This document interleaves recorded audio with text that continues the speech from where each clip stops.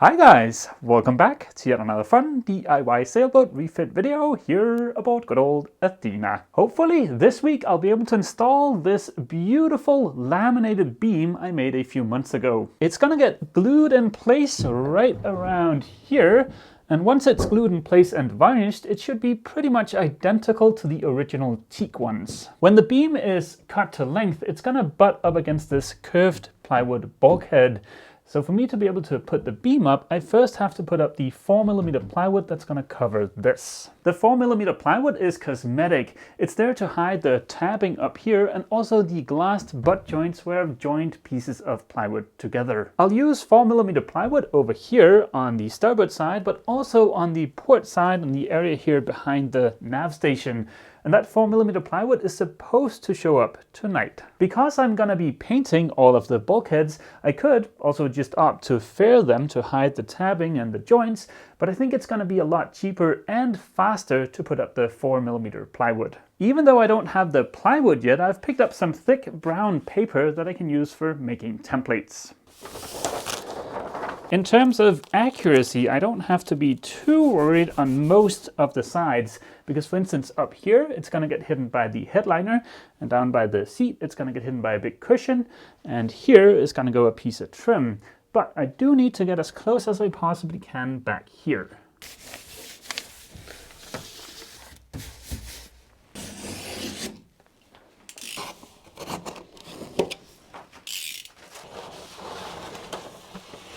This is not exactly the prettiest of templates, but it should be accurate enough.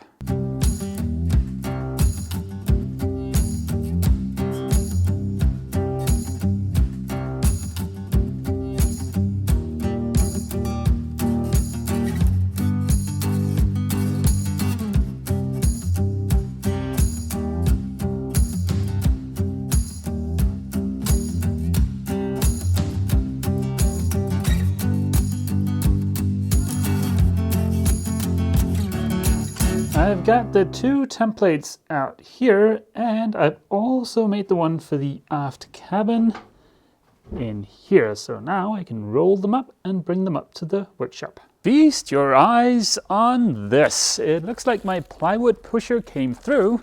This should be a bunch of 12mm plywood and some 4mm plywood. I ordered 3 sheets of 12mm and 4 of 4mm. The 3 sheets of 12 should be enough to get me through the head and the galley. I'm still waiting for the gimbaled box for the galley and the head for, well, the head, so I can't move ahead on those projects, but that's okay for now.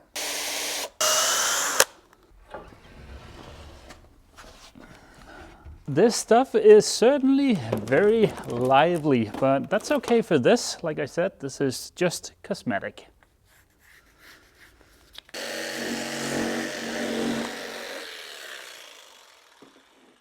That is both sides of the nav station done. Those were the easy ones.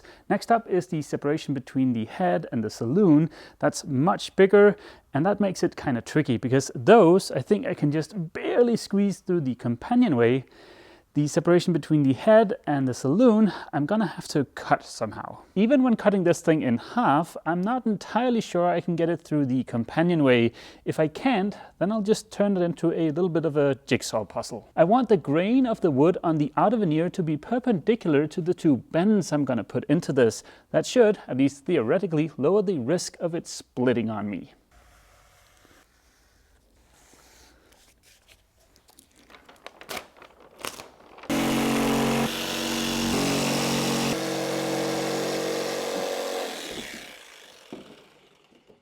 This is the last piece. I am very excited to see how this all plays out because I'd say there's probably a good 20% chance that this is all gonna go sideways, but we'll find out. Before I stuff all of that plywood in the back of the car, let's just talk about Athena's new generator real quick. As you can see, I've decided to upgrade. Yep, this thing should just barely cover our needs. I am kidding, of course. The plan is still to use the itty bitty Perkins, aka the sewing machine. Oh, you're such a cutie. Cutie, cutie, cutie, cute. Over here we've got the itty bitty Perkins, that's supposed to be Athena's generator. And then over here we've got a slightly bigger Perkins, that is supposed to be the cement boat's generator. The generator project is turning out to be even more interesting than I thought it was going to be. Over the last week, Martin and I have done a little bit of research, and right now it seems like we're going to go with AC alternators rather than DC alternators. And in fact, Martin has already ordered one. If memory serves, the one he's ordered is something like 15 kilowatt, which is way too much for the itty bitty Perkins. When we get a little bit further into it and we've got a working test set up, I'll go over some of the choices we've made and how we've arrived at what we've arrived at. Before anybody gets all up high and mighty on their sustainable energy horse calling me the devil because I've got 2 diesel engines aboard Athena, let me just say this. Athena will also have a couple of solar panels and a tow generator, but she is going to spend a lot of time in some pretty rainy and gloomy places where we can't rely on just solar and wind to cover our energy needs, so having a generator makes a whole heck of a lot of sense. Hopefully with that little footnote in place, I can avoid being nicknamed the devil with 2 diesel engines. Let's head down to Athena. It is very fortunate that this 4mm plywood is so flexible, otherwise I would not have been able to get it in here. Unfortunately, the temperature has taken a little bit of a plummet, and it's too cold for me to glue the beam in place this weekend. But there should be a little bit of a warm spell next week, so fingers crossed for that. But we can still go ahead and get the 4mm plywood put up. I'm sure there's going to be a little bit of fiddling around and trimming involved, but yeah, it's not too far off. If I just take a little bit off up here, it should be okay.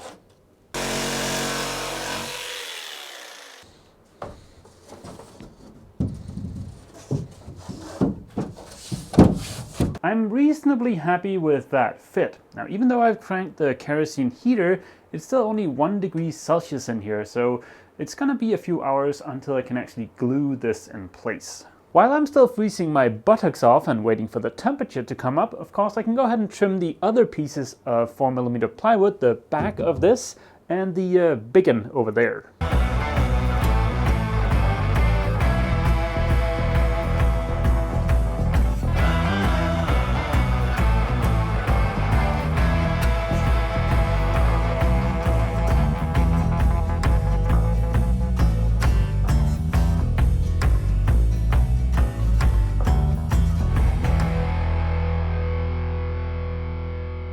A small but overly optimistic part of me had hoped I'd just be able to wrap this around the radius, but that's not gonna happen, so I'm gonna have to curve this. Fortunately, these are the only 2 radiuses where I have to do that.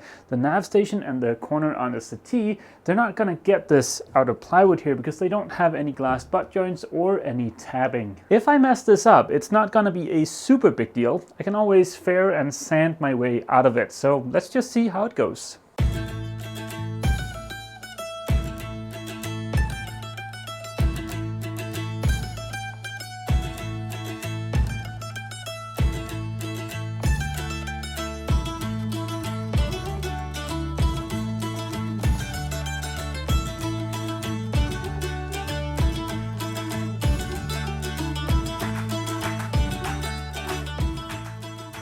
Okay, here goes nothing.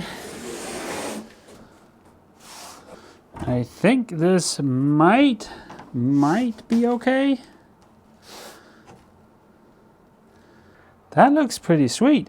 Now I'll just have to repeat the process for this second radius.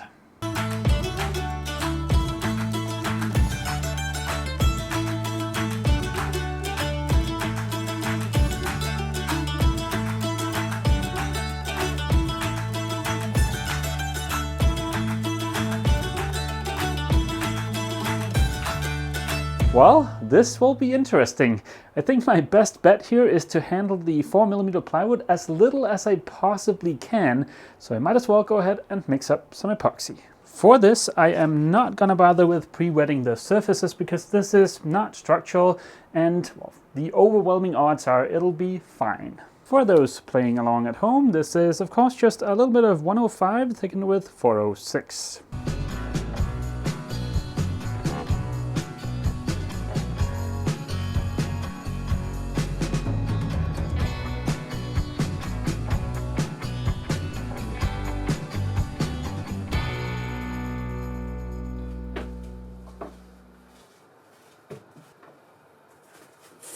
I picked up some tiny brass nails just to help secure everything while the epoxy cures. Because of course, one of the many upsides to using thickened epoxy is I don't have to worry about clamping force. I just need the two surfaces to be lightly smushed together.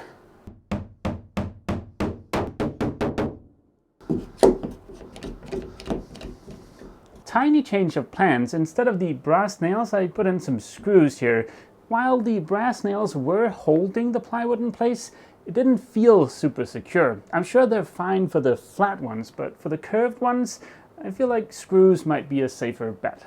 Other than that, I think this worked out pretty well. I can't find any hollow sounding spots, so yeah, so far, very pleased.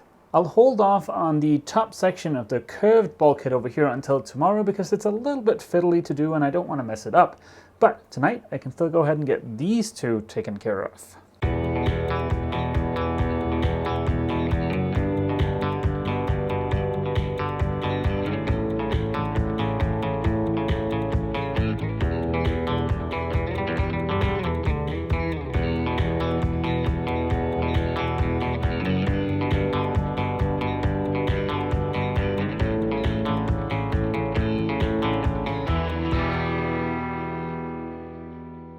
Good morning, guys. It is a cold and crisp Sunday morning. Ye old faithful kerosene heater ran out of dinosaur squeezings in the wee hours of the morning, but I think we're okay. And I've swung by the hardware store and picked up some more juice. Looking at the result of yesterday's efforts, I would say this both looks and feels rock solid. The same goes for the beacon over here.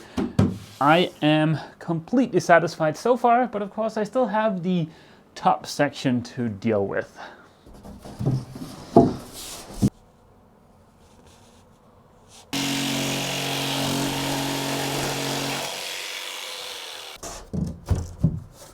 It looks like this is a reasonably good fit now. Let's go ahead and engage turbo mode.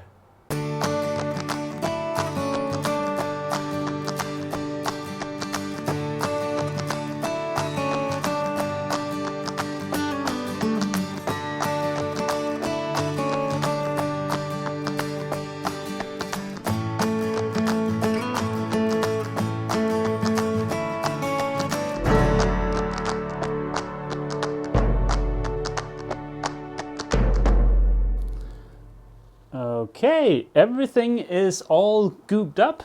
Now it's just a matter of crossing my fingers and hoping I don't mess this up.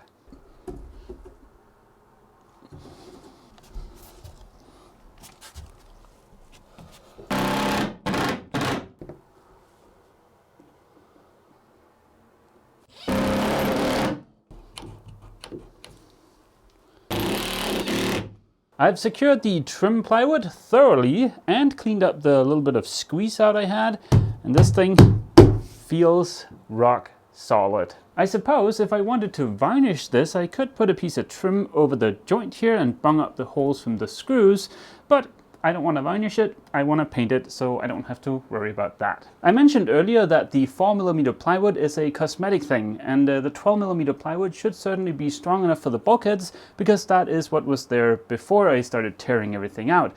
But the 4mm plywood has certainly stiffened up the bulkheads. Some of you might be able to remember how much this flexed in last weekend's video when I yanked on it, and now there's hardly any flex at all. This looks pretty dang spiffy to me. Now I might have some shallow low spots here where I've torqued on these things. We'll see if that becomes an issue. If it does, then I might just fair that area just a tiny little bit. I think doing it this way was easier than fairing the entire bulkhead. But yeah, definitely a little bit of a fiddly process and somewhat time consuming still. It is such a shame that it's too cold today to put up the laminated beam because I am really excited for that. But at least the weather forecast for next week still promises temperatures between 8 to 9 degrees Celsius. Before I end this video, I've got a little bit of an update on saillifeshop.com. We've been out of stock for a while, which is very unfortunate, but we've now switched from screen printing to DTG printing after a lengthy bit of research, and that means we won't ever run out of stock again. We'll be able also carry a wider selection of items, and last but certainly not least, we're now able to fulfill orders both in the US and in Europe. That means no more pesky high shipping costs or import fees for us Europeans. If you feel the need to spiffy up for Christmas, the deadlines are December 13th for both clothing and stickers in the US, and in Europe the deadline is December 4th for clothing and December 6th for stickers. Next week I'm going to put up the laminated beam, install the trim for the aft cabin, and maybe get started on the door frame for the head. So I hope to see all of you guys back here aboard Athena next weekend. As always, feel free to leave a comment down below, and don't forget, if you've enjoyed this video, remember to leave a like. See you!